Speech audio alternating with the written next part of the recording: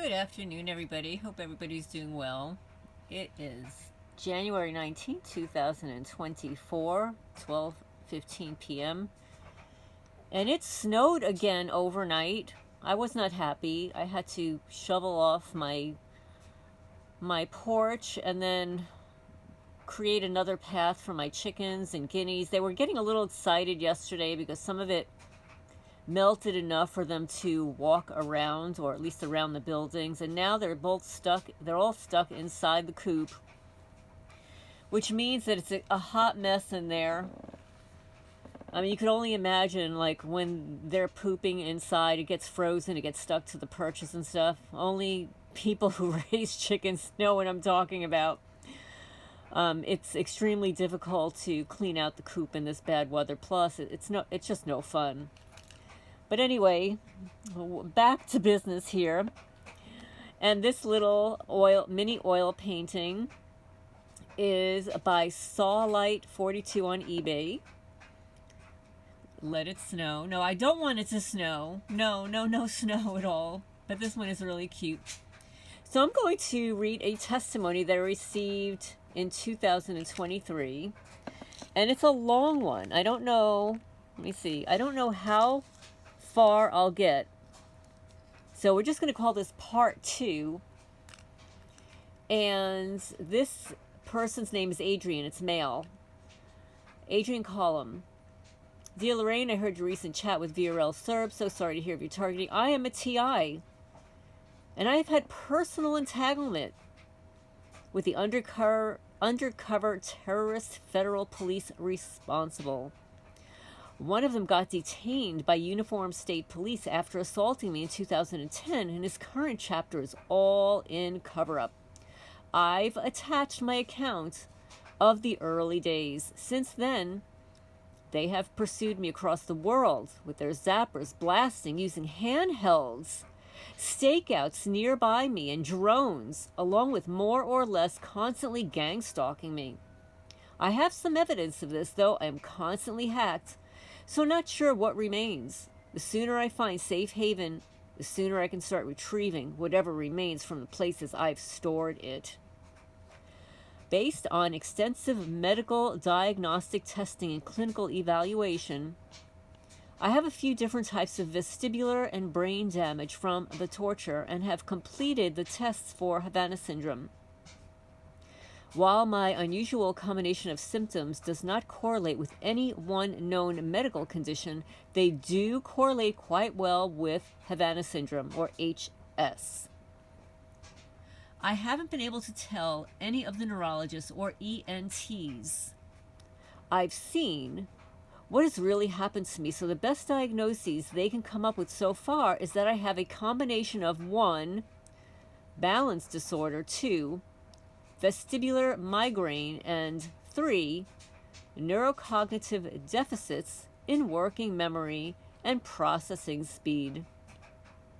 When combined, these 3 diagnoses correlate with Dr. Hoffer, Balaban, and Levin's vestibular and neurocognitive, quote, acquired neurosensory dysfunction, unquote, also known as Havana syndrome.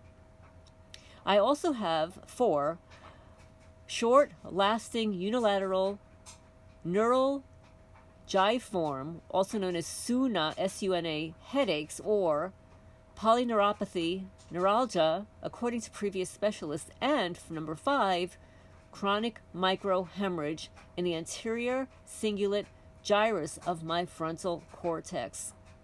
When combined with the first 3 diagnoses, these last 2 diagnoses correlate well with Dr. Giordano's proposed further physiological effects of DEWs, directed energy weapons, on the brain. After 2+ years of constant torture, I seemingly have the full package. I now take a vestibular migraine med. It's called flunarizine, 10 milligrams a day, and neuralgia medication, pregabalin, 50 milligrams 2 times a day, which thankfully helps a lot. I'm still getting zapped, but it doesn't hurt nearly as much anymore. I have also done vestibular rehabilitation exercises which help restore my sense of balance. I also plan to do neurofeedback training, which is NFT, to try to fix the damaged neuronal networks caused by neurocognitive deficits. Anyway, I wanted to introduce myself. I fight this war alone, as has been necessary, but I'm open to the concept of strength in numbers, so I'm happy to collaborate in any ways that I might help. Best regards, Adrian. Adrian sent me a 19-page attachment called And Pigs Might Fly by Adrian Columb. He provided me his LinkedIn URL and Vimeo URL. There's a disclaimer that I need to read, okay? Disclaimer. This historical account is intended to serve as my testimony about the events described if I cannot give it in person. Some of the names, places, and affiliations mentioned have been changed to protect the innocent. Apart from that, the story is as in real life. I can unmask the obfuscated details if there's good reason, but I would prefer not to for safety reasons. A vast wealth of details has also either been summarized or omitted in the interest of brevity, and because my deadline is tight, but I can potentially elaborate on and explain those on request. This history is mostly presented in chronological order, but whenever that is not the case, I have noted the year, example, where I draw connections or comparisons with more recent events. Then there is a preamble. It is important that you understand the history of my situation because the present reality is almost unfathomable to most people without knowing how it came to be.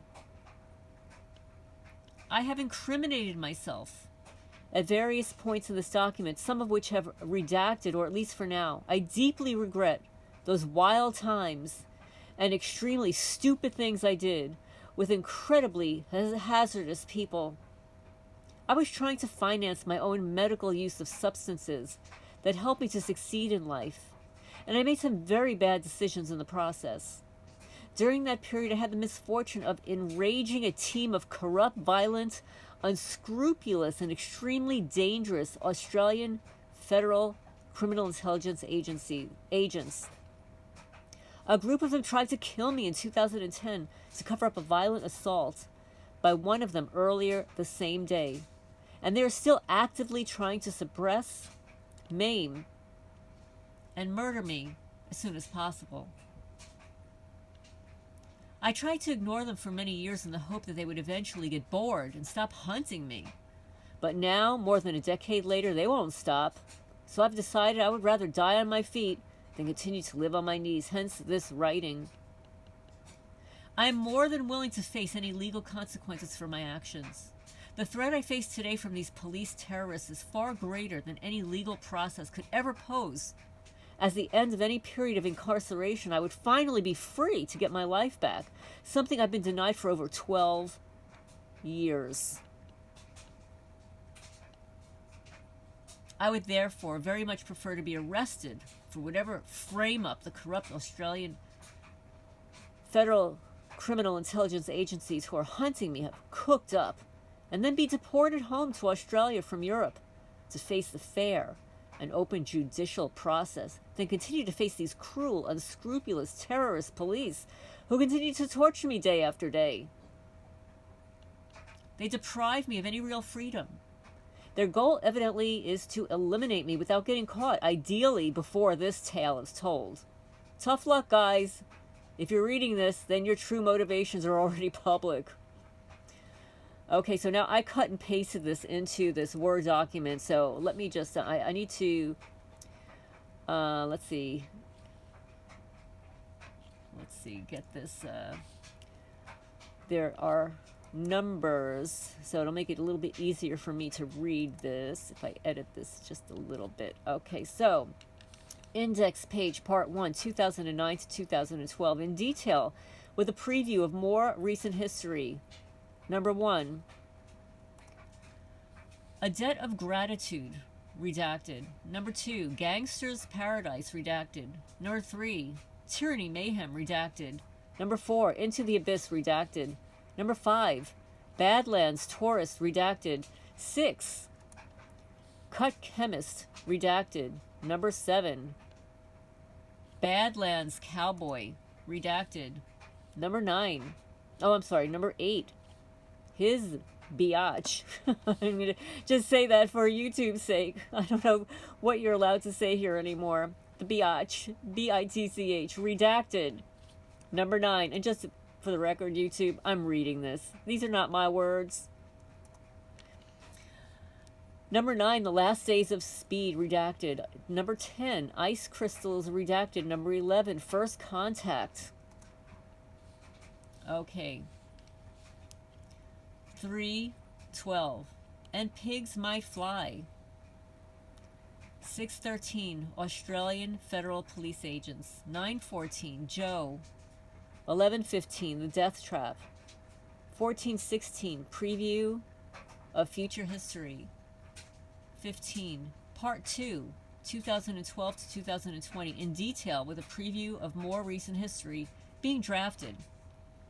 Number 17, The Subcontinent. Number 18, Sydney, Byron Bay, Nimbin, and Mullumbin by Spy Cops. Number 19, Melbourne Terrorists, again. 20, Scandinavian Exile. Number 21, Southeast Asian Exile. Number 22, 5 years in exile in India. Man, this guy's traveled around, that's for sure, huh? Number 23, A Death in the Family. Number 24, Berlin and Goa, G-O-A, in exile. 25, Melbourne Lockdown Terrorists. 26, Further Preview of Future History, Part 3, 2020 to 2022, in detail, being drafted. 27, Berlin Lockdown Terrorists. Number 28, Tenerife, T-E-N-E-R-I-F-E, the T word.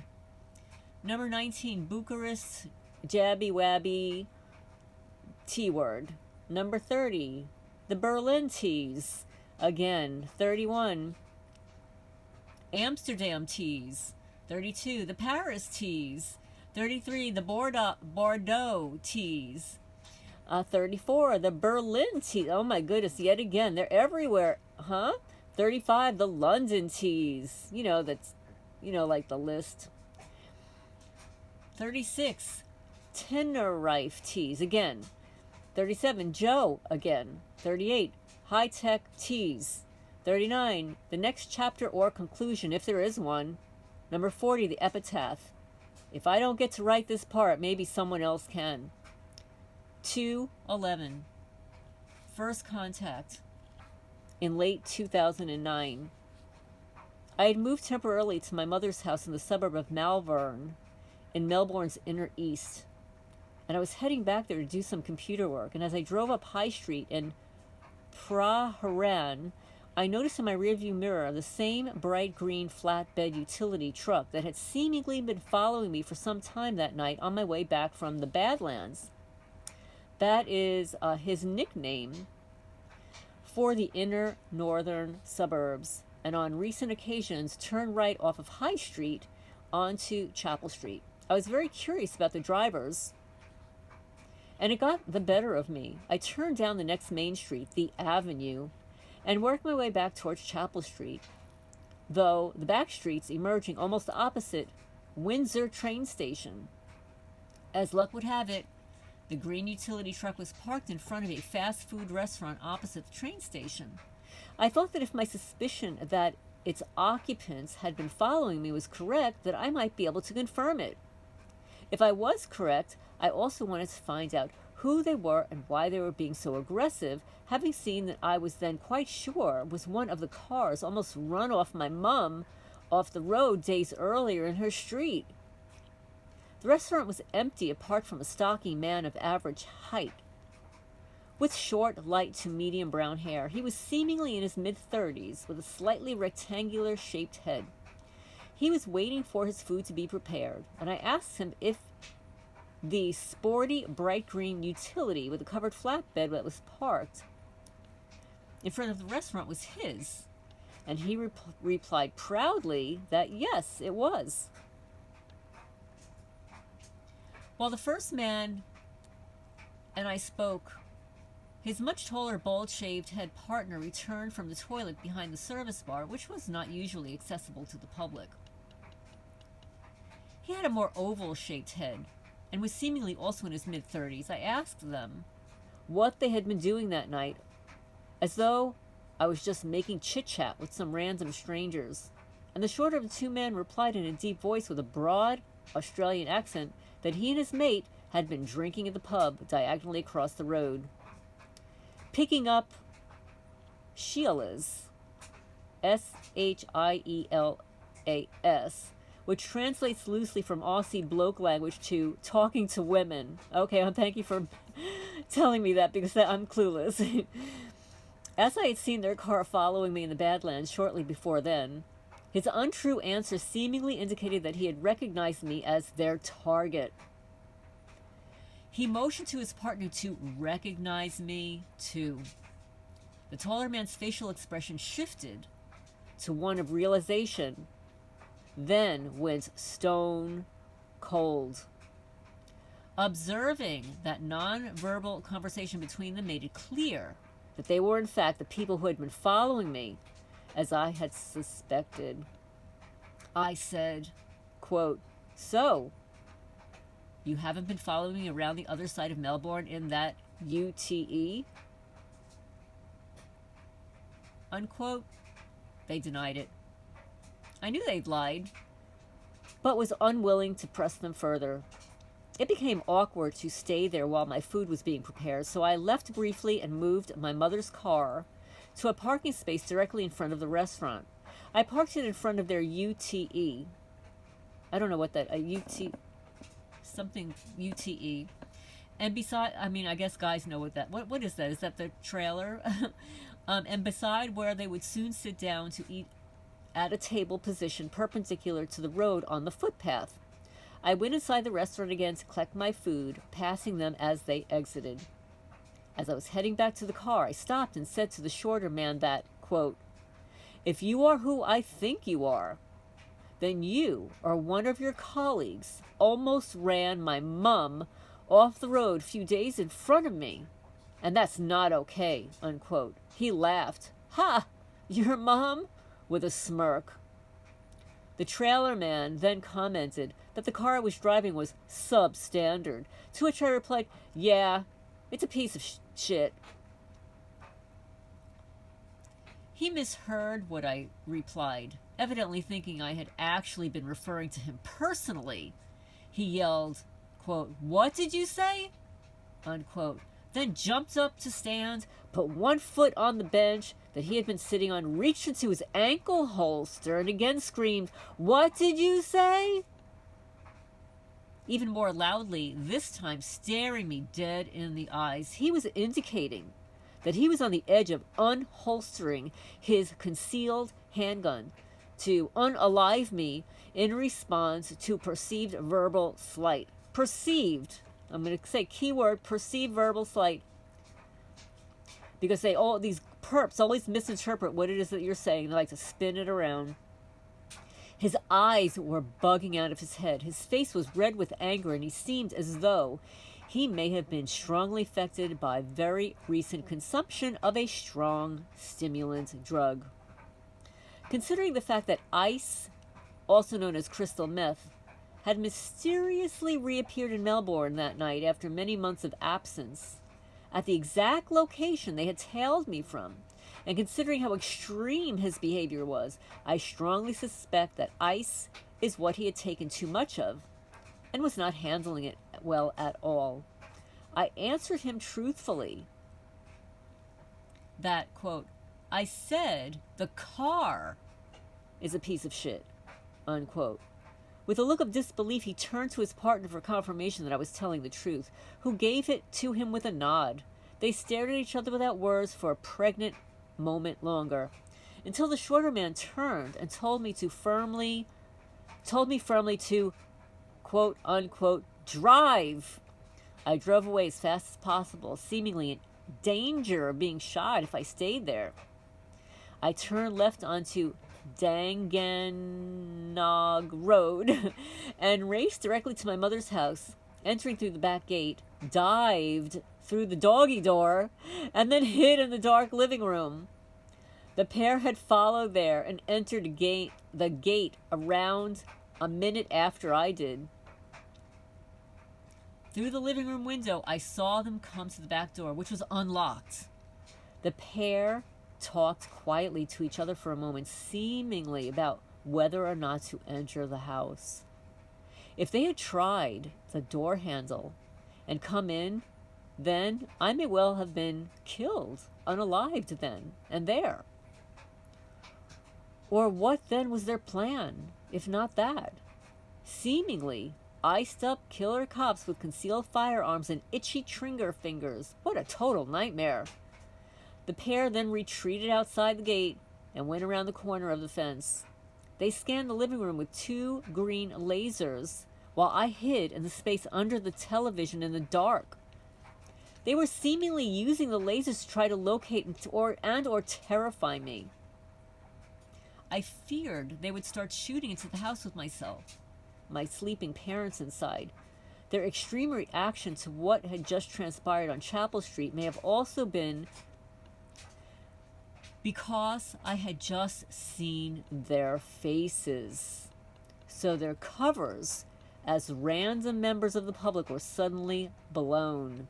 Even still, a home visit with apparent murderous intent and subsequent long-term extreme harassment program described below both seem extremely disproportionate. The officers could seemingly have just assigned other colleagues to follow me instead. Maybe then it was that I had seen one of them behaving so badly while also seemingly being completely off his face on hard drugs that got their goats. I may never know. Only they know the real reasons why the situation escalated so much over almost total nobody, small fish like myself. I hope that someone above their stations in the agency they work for, the government it serves, and one of the anti-corruption bodies tasked with the oversight will eventually compel the pair to explain the events of that evening, as these AFP federal agents and their colleagues have held an enormous grudge against me since that very night. On number 4. From then on, the same fleet of cars that had formerly been following me more discreetly started tearing around me wherever I walked or drove.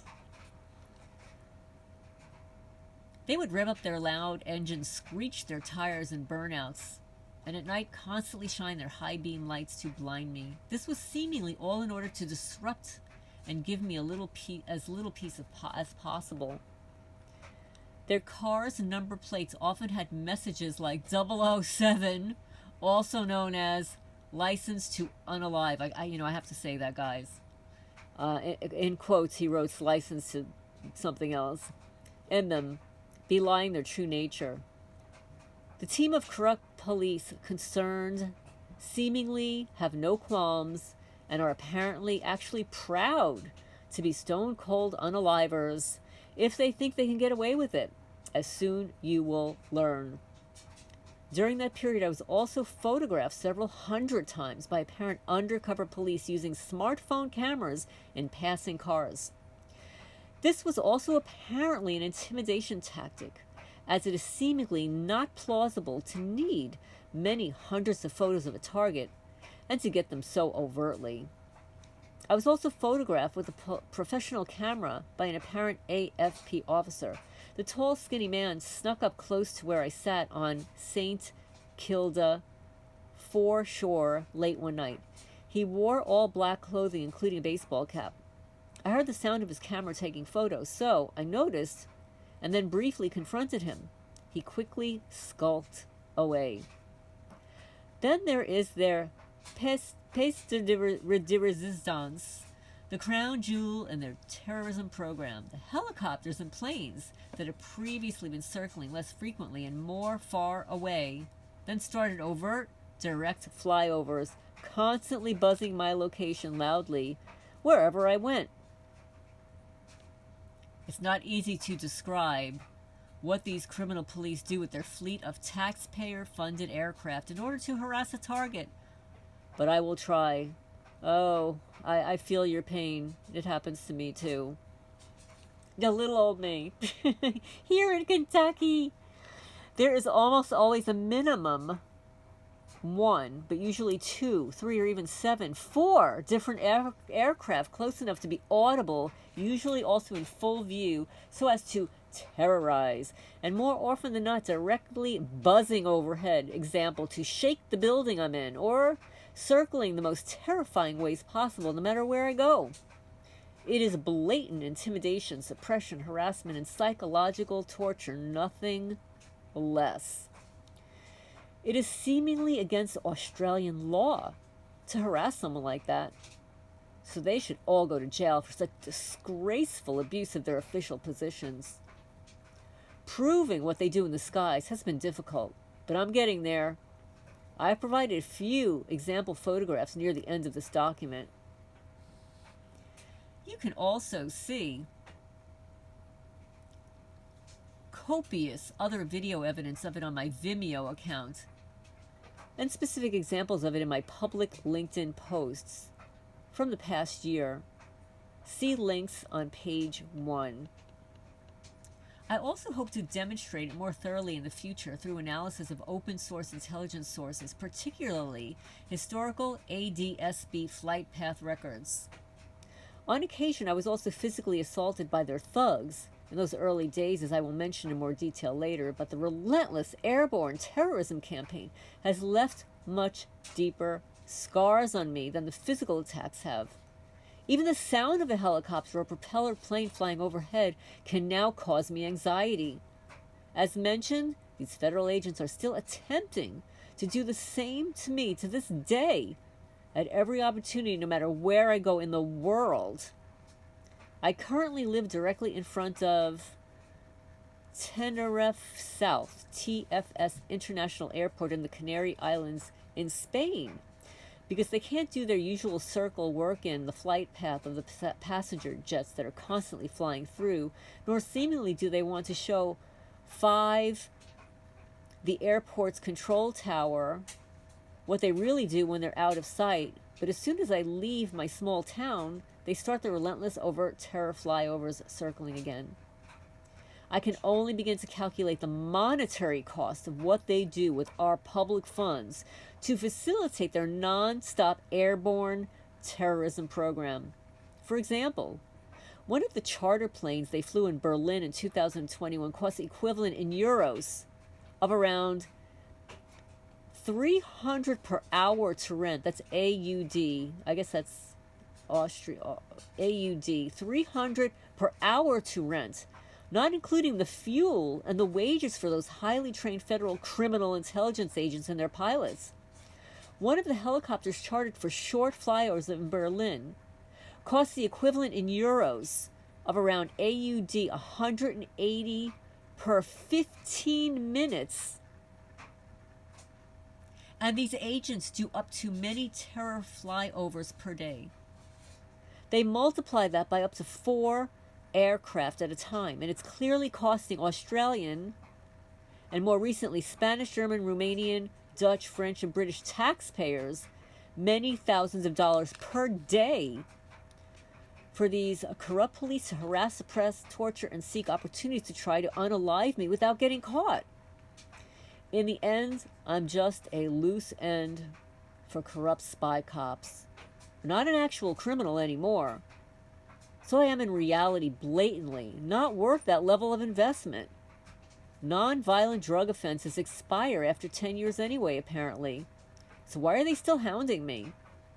The answer will become clear as you read on. I recognized and spoke again with the shorter of the 2 federal agents from the incident at the fast food restaurant on Chapel Hill in the weeks following that night, this time on the street near my mom's house. We spoke about the incessant flyovers and circling by one of their small white propeller planes that was currently overhead. I said, quote, "They are relentless," unquote. He replied, quote, "Yes, they are," unquote. Number 12, and pigs fly.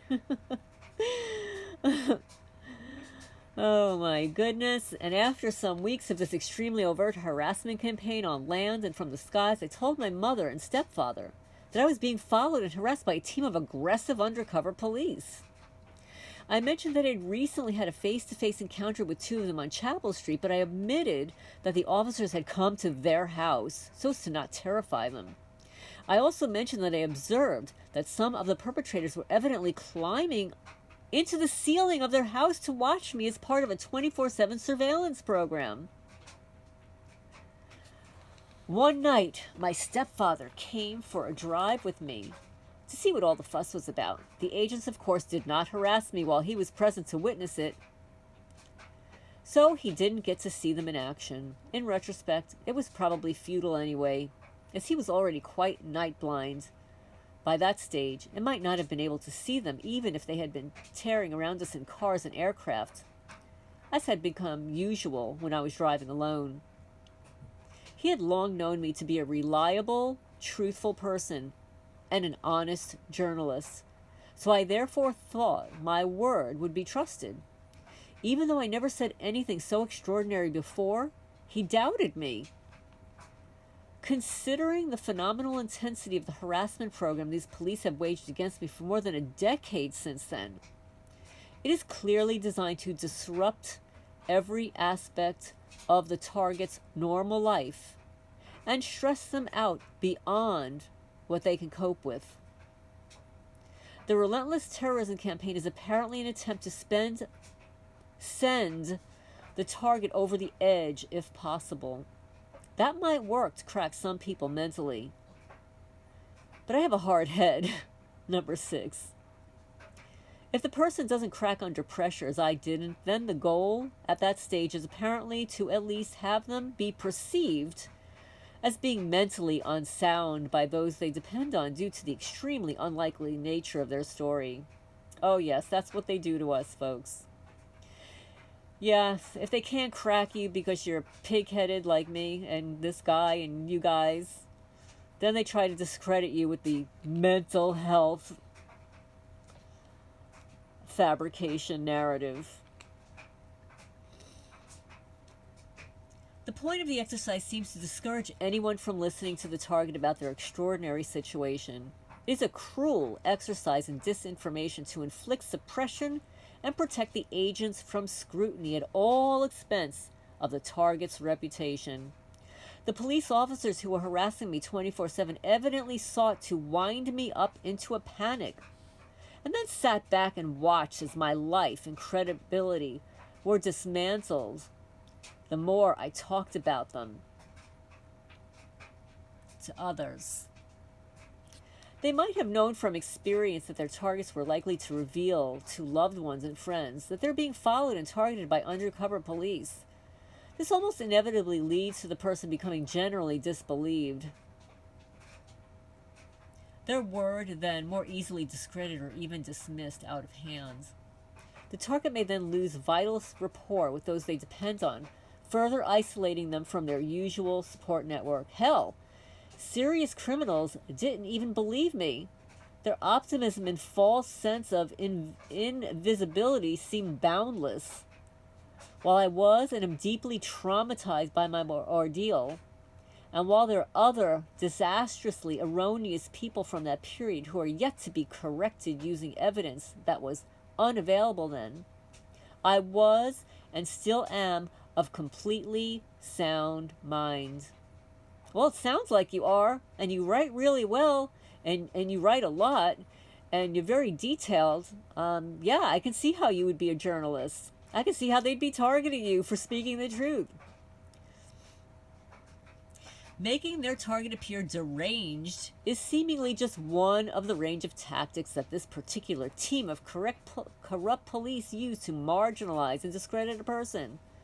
I hope that you can more easily recognize and see through their cunning ruse now that you're aware of it. I'm aware of it. Yep. The Manalapan police use that BS. But hey, it's used on them too by their own. So what goes around comes around. Just know that what goes around comes around. The way they're doing this to you, they also do it to each other because they're always trying to one-up each other and rat each other out. So they will rat each other out. In early 2010, I moved to a house at 10 Godfrey Avenue in St. Kilda East, where the harassment program described above continued with land, air, and in-roof surveillance 24/7. I became determined to try to find a way to stop the harassment and to clear my name with those I care about most. I started investigating my oppressors, learning how they operate, and trying to find a way to drag them out of the shadows and into the light of the public and or official scrutiny. I hope this writing finally does that. As it happens that it's far easier said than done, as they're well protected, but I could never have imagined how much so. Investigating undercover Australian federal agents while they also hunt you, it's like trying to swat fruit flies that are constantly reinfest your food after you swipe at them. They're like ghosts in the system, shrouded in smoke, deliberately hiding into society's blind spots and abusing the power which that privilege brings them seemingly at every opportunity. They do whatever they want because they are effectively the law of the land and know how to get away with it. As the saying goes, power corrupts, and absolute power corrupts absolutely. The police team concerned are shielded on one side by the operational wall, i.e., there's no real oversight of criminal intelligence operations from the government, the public, or even other police. They're also shielded on the other side by the, quote, the blue wall of silence, unquote, i.e., where police show blind loyalty to each other and will back each other up 100% no matter what they've done. Yeah, even if they beat their wives, they'll back them up. Yeah, that goes around. We've heard about that. They'll beat their wives and nobody does anything about it. They'll abuse drugs, they'll beat their kids, and nobody does anything about it. That's okay. Karma's coming for you guys. Where the police show blind loyalty to each other and will back each other up 100% no matter what they've done. So we'll usually never talk about or report any of the terrible things their colleagues do. Oh, and I'm going to add, and if they do, then their senior official will fire them and call them an enemy of the state. Take away their weapons and make them go for a mental health exam, like in Manalapan, New Jersey. In this case, they're probably all in on it anyway, as that team seemingly wouldn't hire anyone whose loyalty to the law might impede their team's perpetual breaking of it. They are clearly well vetted, and clearly well vetted, and number 7, so he's got it listed, number 7, only the most blindly loyal but otherwise unscrupulous agents are brought inside that circle. Other police are also kept at arm's length. For example, the state police are also tricked by them, with stakeouts being hurriedly packed up and cleaned out at the slightest whiff of a call to the emergency police number. Additional shielding comes from the general assumption that federal police are beyond reproach and are therefore simply trusted to do the right thing, as extremely naive as that sounds to me now. They're the watchers, but nobody's watching them. Protection also comes from the apparently ineffectual nature of the Australia's anti-corruption and parliamentary oversight bodies that are supposed to, but clearly fail to provide checks and balances to such otherwise unbridled power. Protection for undercover Australian federal agents is baked into the system by design. Undercover police are not supposed to be uncovered. They are not supposed to be outright terrorists, either though, so I'm doing my best to expose them in the name of truth and justice, despite their entrenched nature and the constant onslaught that I face from them to this day. I can't recall the name of the temporary housemate I had 10 Godfrey Avenue, who seemingly collaborated with the police stakeout there. But he was tall, balding, had a broad Aussie accent, and drove an enormous orange truck. One day he revealed that he knew that my former housemate Cindy, and I secretly called him quote-unquote salty, which we strictly only ever did when he was out of the house. Salty was short for salt of the earth, a common colloquial saying which matched his seemingly honest but dry personality. Cindy could probably still identify him based on that description, as she sublet the room to him and may remember or have a record of his name. When Salty revealed knowledge which he couldn't have overheard himself, I then became suspicious that he was potentially a police informant who was giving them access to my house, or even possibly an undercover police officer himself. During that period, I was so pushed to the ground by a mid to late 20s well-built male plainclothes officer who was of almost average height. The incident happened in an aisle in Kohl's supermarket in Balaclava, as I reached down for an item on the low shelf. I recognized him. Oops. Okay, okay, 1 second. I just scrolled a little too much. I recognized him from several other occasions when he was with his slightly older female partner. She was taller than he, skinny and quite pretty, with long, wavy, light brown hair.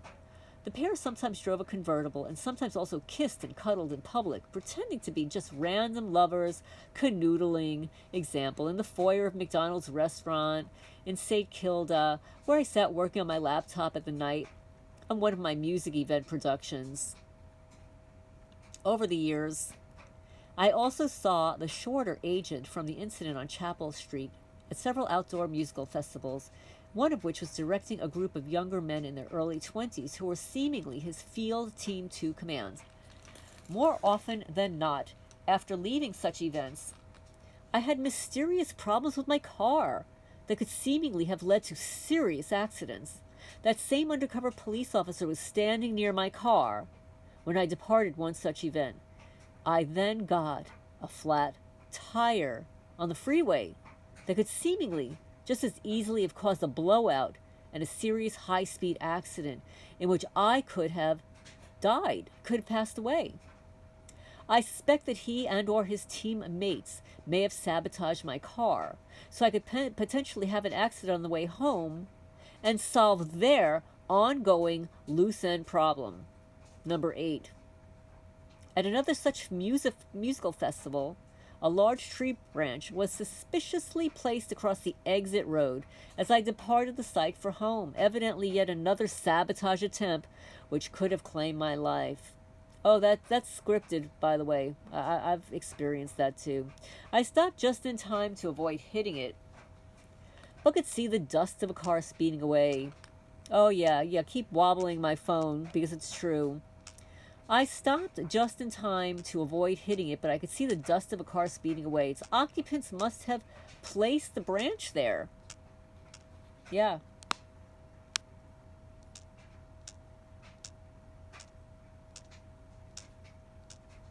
Just moments before, as other cars had been leaving the same way, without incident for hours, and on my way home from yet another such musical festival, I stopped on a dark country road leading back to the highway for one last rest break before the long drive back to Melbourne.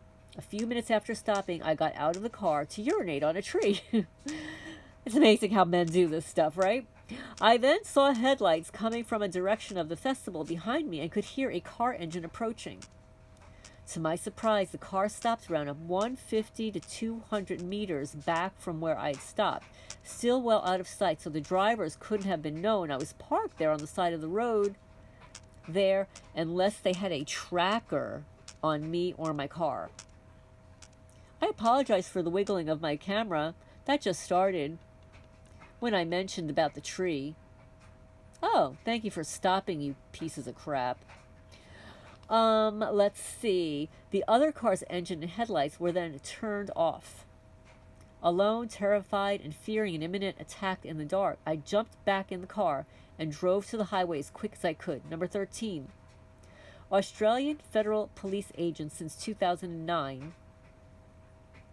These police have also conducted insidious psychological warfare against me. For example, visiting radio stations I was listening to late at night, where they would convince the DJs to change the playlist to include songs with titles and or lyrics designed to get under my skin.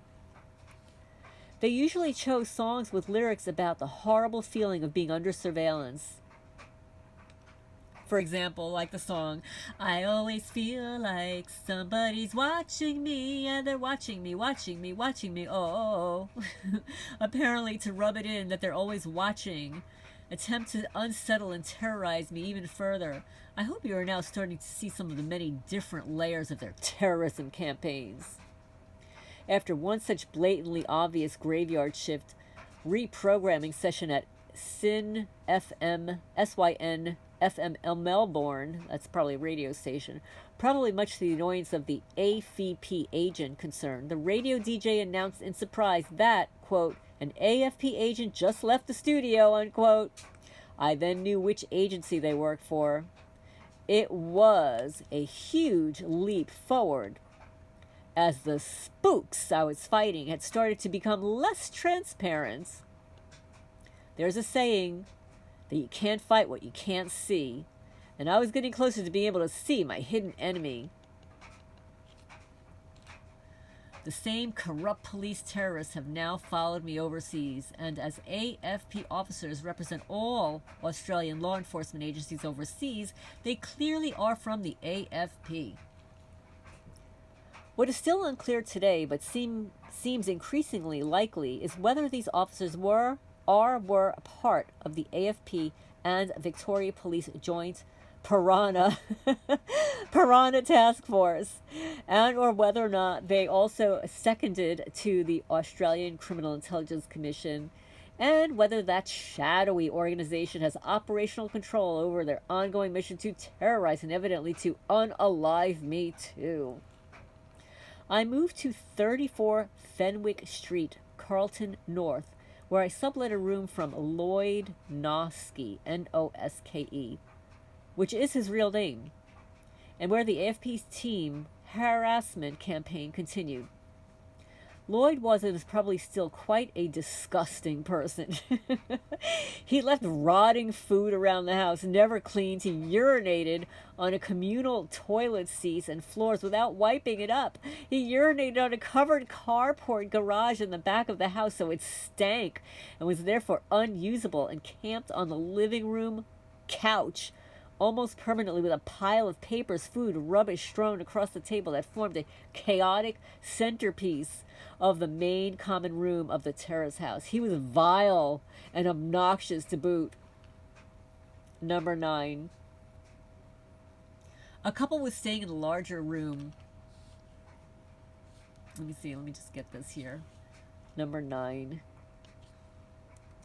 A couple was staying in the larger of the spare rooms when I moved in, but they were in the process of fleeing because Lloyd was so offensive to them. Their room was larger than mine, so I moved there when they moved out. The young woman had told me that Lloyd was a creep, quote unquote, and had touched her inappropriately during a massage he had offered her. She was from the USA. A stereotype at the time being that Americans sometimes overreacted and took offense to things that weren't actually intended in the way that they're interpreted. So I decided to give Lloyd the benefit of the doubt, but soon learned that he had absolutely no moral compass. Not knowing that I had already heard that lewd backstory in a drunken stupor one night, he also admitted to me that another previous female subtenant had also moved out for the same reason. Duh.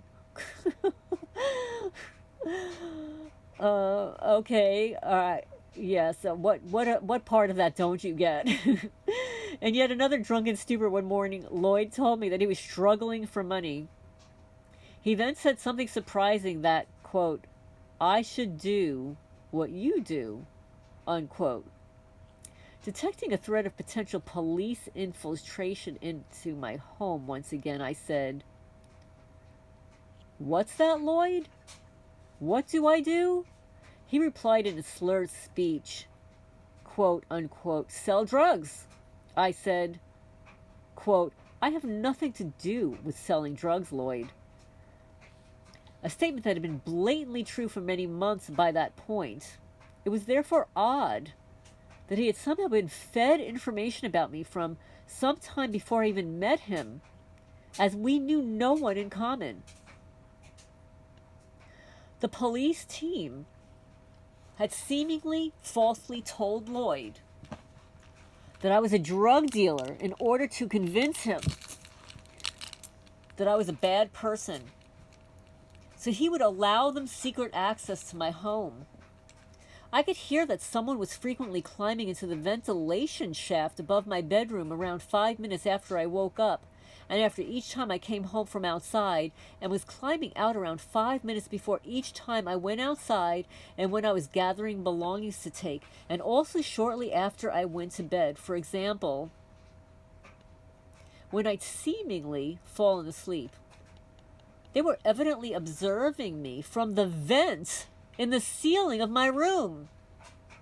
I realized that having actual eyes on me all times was part of their modus operandi.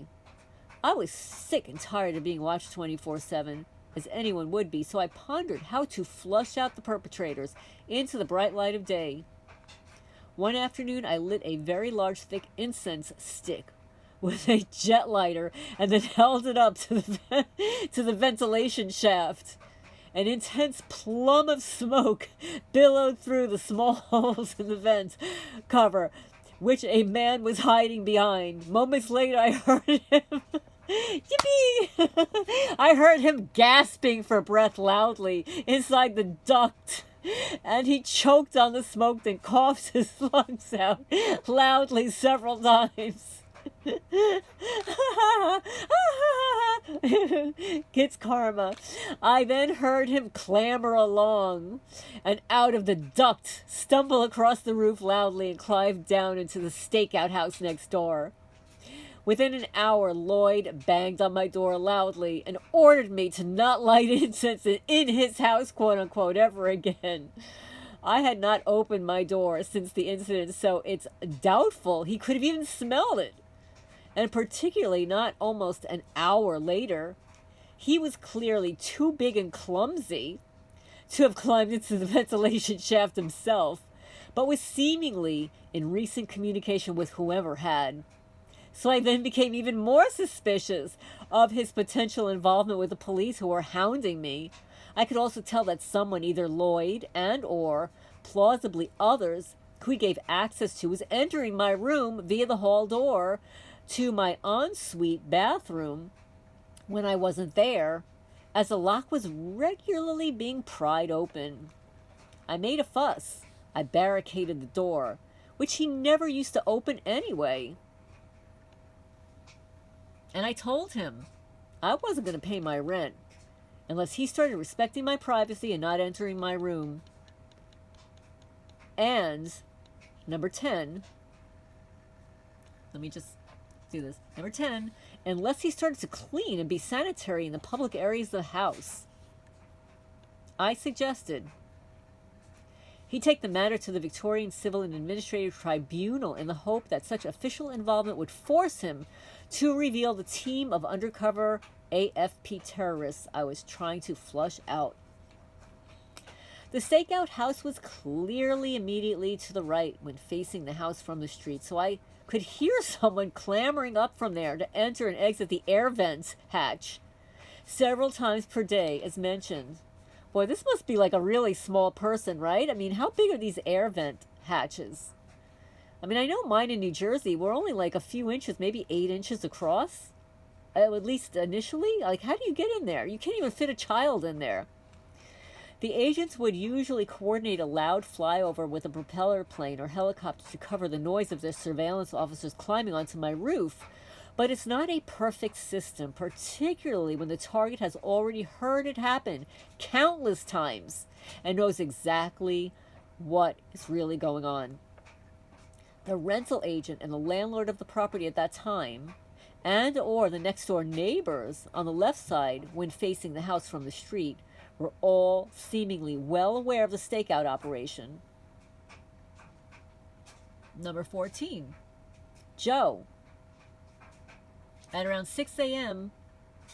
on the 2nd July 2010, I was woken by a loud bang on my bedroom door. When I opened it, a man in a black leather jacket with an orange stripe across it, who I had never seen before, burst in and started attacking me with kicks and punches. He was shorter than the average height and had a muscular build. His hair was sandy blonde or light brown. He was seemingly in his late 30s to mid 40s, having seen and had contact with evidently the same man on several occasions since then, including twice within the few days just weeks ago in Tenerife, and also earlier today when I approached him on the street in my own town. But he pretended to not speak English. Now let me scroll down here, guys. I can now confirm that his eyes are a piercing light blue color. My assailant may have been inebriated at the time, as his face was flushed red as if from consuming excessive alcohol. Joe's accomplice, Lloyd, was also seemingly drunk at the time of the assault, as he had been perpetually during the many weeks in which he collaborated with and inadvertently helped to expose the AFP team. My attacker yelled something about me taking my stuff and moving it out, so I knew he was clearly something to do with Lloyd, but a disgusting drunkard ex-lawyer with no friends is unlikely to have the type of connections who are willing to assault someone for him.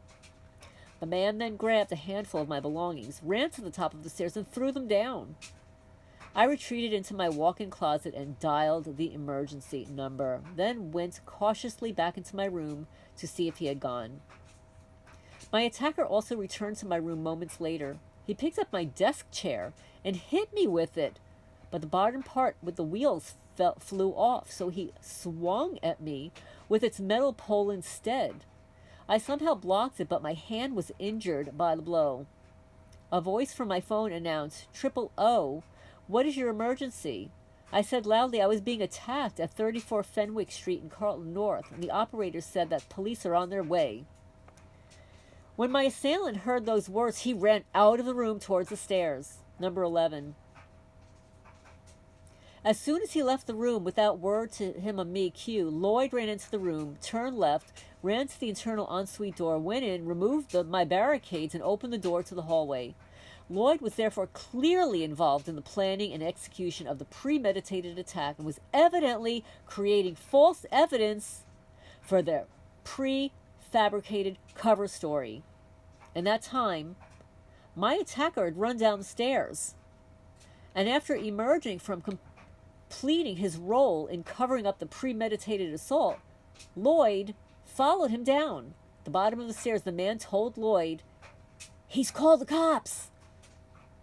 I stood at the top of the stairway, took a picture of the man from behind him, and told him to F off. I can't say it. He turned and started moving towards me again, up a couple of stairs, but then changed his mind, and he ran outside to the footpath. Lloyd followed him out, and they spoke a few more words that I couldn't hear properly. Four uniformed Victoria police officers arrived within a couple of minutes, 2 in a car from Fitzroy Police Station and 2 in a car from Carlton Police Station shortly after them.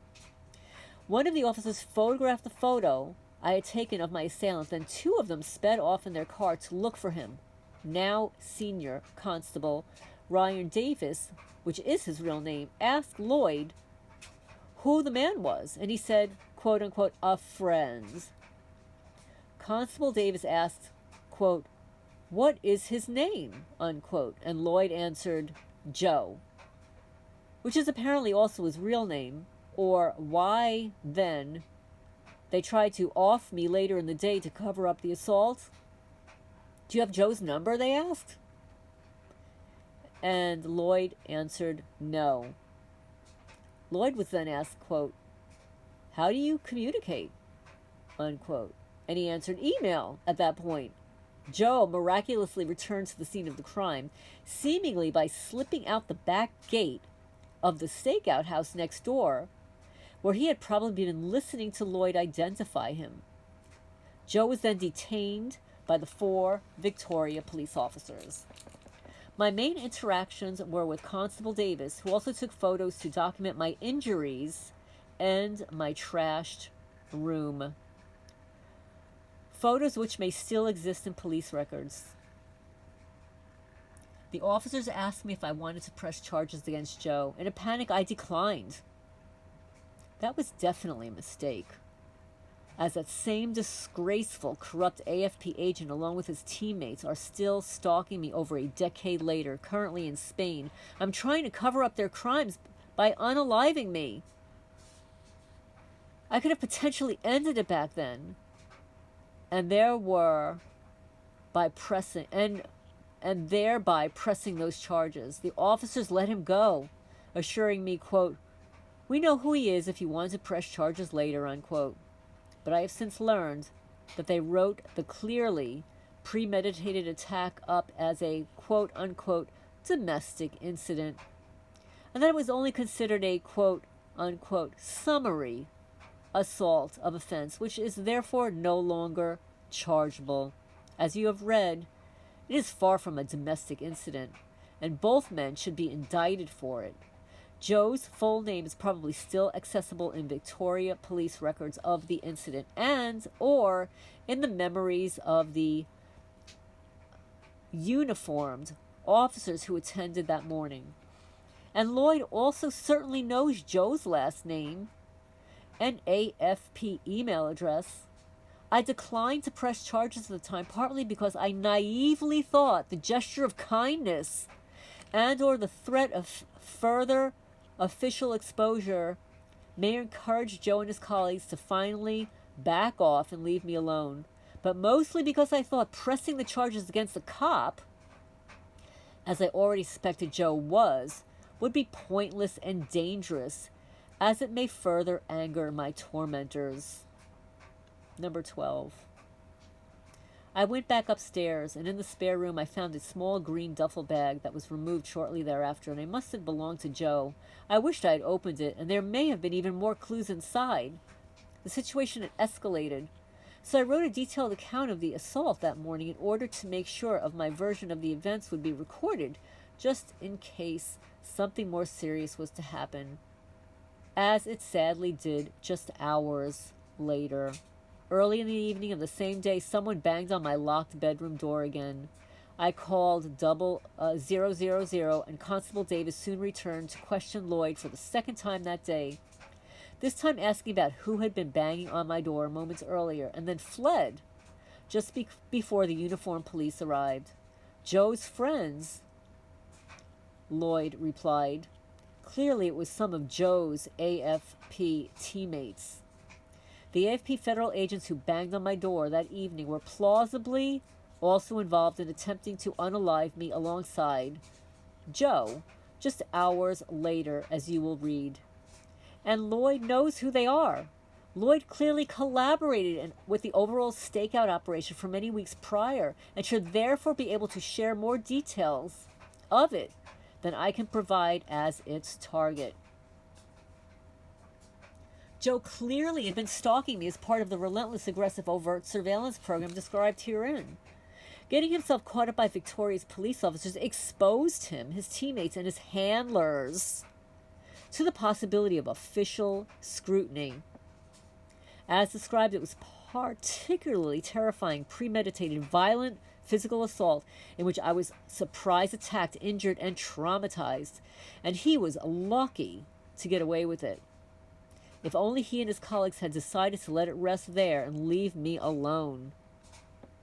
I would probably have let it also rest. No such luck. I wonder what story he told the supervisor. And then as she then ordered him to eliminate me, as you will learn. The Victoria police records of that violent assault link Joe, his team, and his boss to me, and that evidence is clearly why they were, and in part, still determined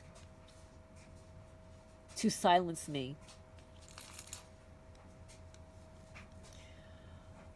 Well, guys, I'm on page 15, and I'm over an hour, a little over an hour right now. I have to get going here. I hope you enjoyed this. I will read part 2. This is part 1 of When Pigs Fly, Adrian Columb. I'm on page 15. There are 19 pages. I will read the rest in a part 2 and maybe a synopsis and stuff. Go back over it, pick out the highlights and stuff. But I hope you enjoyed it. Please hit the thumbs up. Get the message out there. This is a testimony. This is another testimony. Targeted person who's traveled all over the world to get away from this. He has exposed some of these people. He's called them out. They're climbing in vents, for God's sake, you know? But anyway, this is Lorraine Alternative Homesteading. Hope everybody's doing well. And it is snowing furiously here in eastern Kentucky. I was hoping it would stop, but no. It's worse here than in New Jersey. I'm going to sign off for now. I hope everybody's doing well.